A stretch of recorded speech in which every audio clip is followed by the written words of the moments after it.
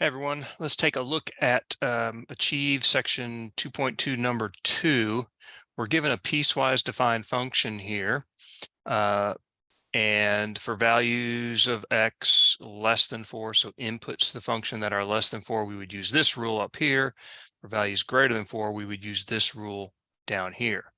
Now they went ahead and constructed a table of values. Notice these values here for x are less than 4, but getting closer to 4, right? 3.9, 3.99, and so on. So where you say we're approaching 4 from below, from the left, or from the negative side.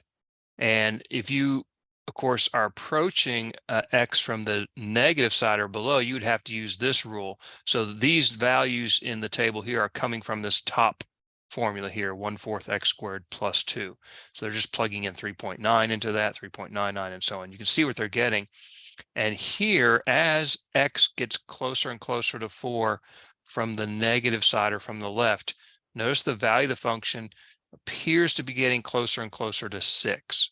So we would probably estimate that the limit as x approaches 4 from the negative side is 6.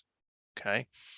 On the other hand, as x approaches 4 from the positive side or above, what's that? 4.1, 4.01, 4.001, right? We're getting closer to 4, but we're always above 4. Of course, these values in the table then are simply obtained by using this bottom formula, x minus 4. And you can see the values of the function in that case are getting closer and closer to 0. So we would say the limit as x approaches 4 from the positive side or from above or from the right, that limit is 0. So what we have is the limit from the left, from the negative side, appears to be 6. The limit as x approaches 4 from the positive side appears to be 0. Since both one-sided limits exist but are not equal, the limit as x approaches 4 the function does not exist.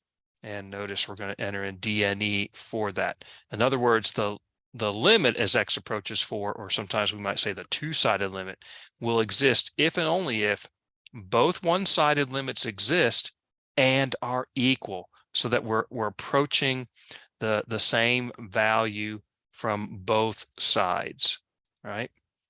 And so we got it solved. So I hope this is helpful on this one. If you're still not clear on limits from the left, limits from the right, that sort of thing, please see me for help.